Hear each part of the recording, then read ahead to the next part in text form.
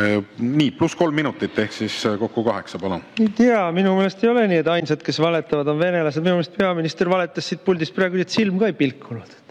Et plaan ilmselgelt oli olemas sinna laevale pardale minna. Ja ütelda, et siseminister on siin meil selgitanud midagi selle piiri sulgemise kohta. Vaata, piiri me hakkame sulgema siis, kui me oleme läbi selle arutanud kõikide teiste riikidega, liitlasriikidega, aga laevade kinnipidamist rahvusvahelistes vetes, vot seda me teeme üksi. Seda me teeme üksi sellepärast, et me oleme nii palju tublimad kui Taani või Suurbritannia või Rootsi või Prantsusmaa või Itaalia või Hispaania. Siin me ikkagi näitame kõigile eeskuju. Aga piiri peal me ei saa näidata kõigile eeskuju, sest et Stark Logistics sõidab ikka veel ja kasum tuleb ikka veel. 3 aastat pärast seda, kui äri on kokku pakitud. Nii et ei saa, sellest vererahast ei saa loobuda. See on palju konkreetsem ja magusam vereraha kui siin mingid muud. Nüüd siseministri jutu peale ma ütleks, et ega siseminister ei ole meil palju intelligentsem kui teised ministrid nagu Terras või Pakosta või Sutt või Ligi või seda juttu ei ole mõtet meil. Nüüd mul on siin mitu asja, mida ma tahaks ära rääkida. Ma proovin nad kuidagi loogilisesse järjekorda panna. Ma alustan lihtsalt sellest, et Michal tegi siin etteheite, et meil on mingi hoiak. Et ei ole meil mingit hoiakut. Meie erinevalt Eesti valitsusest oleme vähemalt 1 jalaga päris maailmas. Võib-olla 2 jalaga isegi. Aga vähemalt 1 jalaga päris maailmas. Eesti valitsus ei ole üldse päris maailmas. Eesti valitsus on loosungite maailmas. Loosungeid kuulsime me praegu ka. Need loosungid on muidugi reaalsusest irdunud ja deliirsed. Nii et kui siin räägitakse, et Ukraina peab sõda ka meie eest ja meie asemel, siis ei, Kristen Michal. Ukraina peab sõda enda eest, oma territooriumi, oma iseseisvuse, oma inimeste eest ja mitte meie asemel. Ikka enda eest ja enda jaoks. Ja kui meil on võimalik, siis me aitame, me oleme selgelt Ukraina poolt ja soovime, et tal selles sõjas hästi läheks, aga meie ka ei pea ja ei tohigi pidada sõda tema asemel. See tähendaks meie jaoks sõtta astumist Venemaaga, milleks ei ole keegi teile mandaati andnud, ei Riigikogu ega valija. Nii nagu valija ei andnud teile mandaati käibemaksu tõusuks, tulumaksu tõusuks, automaksu kehtestamiseks, aktsiisimaksu tõusuks, maamaksu tõusuks ja kõikide lõivude tõusudeks. Ega ka mitte lastetoetuste äravõtmiseks. Ei ole antud mandaati ka sõja alustamiseks Venemaaga.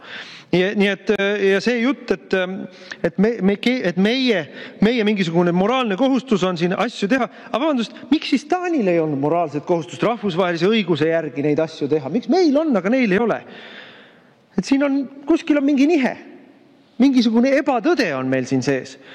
Ja ebatõde on loomulikult see, et ebatõde oli ka see, et aga vaata, sakslased võtsid kinni ühe laeva. Ühe varilaevastiku laeva, see oli Rostoki sadamas. Jah, see oli sadamas nende territooriumil, nende kontrolli all. See on nagu täiesti teine asi, kategooria on teine. Kui rahvusvahelises vees ilma liputa liigub, kohe jõuab Venemaa vetesse. Nüüd täiesti teine asi lihtsalt. Neid kui ühte patta panna ja öelda, et ega me üksi siin ei tegutse, on ju jälle valetamine. Sisuliselt valetamine, inimeste eksitamine, parlamendi eksitamine. Nii nagu on jutt sellest, et parlamendi liikmed saavad adekvaatset ülevaadet julgeoleku asjadest, absoluutne jama, ei saa. Parlamendi liikmed ei saa mitte millestki, mitte mingit ülevaadet, loevad lehest ja siis nädal hiljem kutsutakse komisjon kokku ja öeldakse, et meil siin mingi asi oli.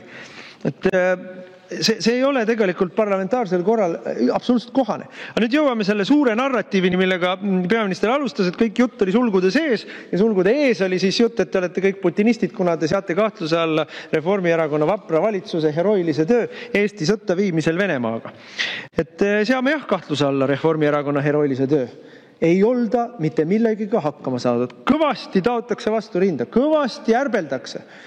Põlvili surume, ära tükeldame, lööme neid nende enda territooriumil ja millega me siis päriselt hakkama saame, kui reaalsus tuleb. See reaalsus, kus teie ei viibi, aga meie viibime.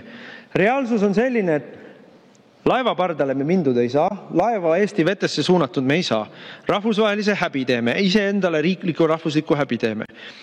Droonide kontrollimisega me hakkama ei saa.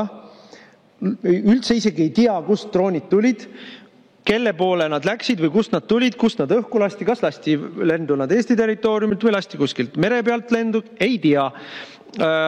Aga päev ennem seda tulevad võllid pulti ja annavad pressikonverentsi, kus taavad vastu rinda, ütlevad, kõik laseme alla, mis saame. No läheb mõni nädal mööda, Vene lennukid sõidavad Eesti õhuruumi sisse, on seal täpselt nii kaua, kuni tahavad, ja siis, kui jõuavad mööda meie õhuruumi, jõuavad põhimõtteliselt sinna läänepiirini välja ja hakkavad Rootsile lähemale jõudma, siis tõusevad Rootsi lennukid õhku, sest et nad hakkavad Rootsi õhuruumi Gotlandi poole jõudma. Ja siis meie propaganda ütleb, näete, liitlased tulid ja lahendasid olukorra. No kas te peate kõiki lollideks või ainult enda valijaid? Siin võib-olla on teil isegi õigus. Vahel ju isegi vale kell on üks kord ööpäevas õige. Et see on lihtsalt nii piinlik, millist juttu te ajate. Ja see on, mis on kõige õudsem? Lolli juttu võite ajada. Astute valijate ette ja saate, mis te saate. Aga see, mis te teete, on Eestile eksistentsiaalselt ohtlik. Selle asemel, et käituda nii nagu soomlased, vaikselt kindlustavad oma julgeolekut. Ei ole ära andnud oma kahureid, ei ole ära andnud oma mürske, ei ole ära andnud oma pioneeritehnikat. Vaikselt kindlustavad oma julgeolekut, hoiavad ka muide piiri kinni. Nemad saavad ilma Eestiga konsulteerimata, ilma kõigi liitlastega kokku leppimata. Soomlased saavad piiri kinni panna, Eesti ei saa. Sest vaadake, muidu Stark Logistik ei saa üle piiri. Ikkagi tähtsamad asjad kõigepealt. Vereraha on vaja ära teenida.